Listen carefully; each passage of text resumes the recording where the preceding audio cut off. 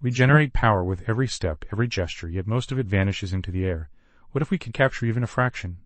Imagine sidewalks that charge your watch or jackets that store energy like tiny batteries. This isn't futuristic speculation, it's kinetic energy in plain sight. Every time you walk, your muscles work against gravity, converting motion into invisible energy. Engineers are now designing shoes and fabrics that turn these tiny movements into electricity, enough to trickle-charge a phone or run low-power sensors. But here's the catch, it takes thousands of steps just to power a single amp. Current prototypes can harvest energy from movement, but the numbers are humbling. On the other, implants could tap into deeper energy reserves, but they raise questions about safety and integration. Which path will lead us to a world where our own bodies keep tech running? The stakes are high, and the choices could redefine what's possible. Let's do the math. If a single step could power an LED for a few seconds, how many steps would it take to charge your phone? The answer might surprise you. It's not in the realm of everyday activity, at least not yet.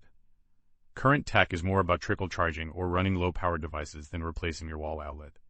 Right now, the energy we generate through movement is a drop in the bucket compared to what our devices. Imagine a world where your watch or headphones stay charged through the day without ever touching a cable.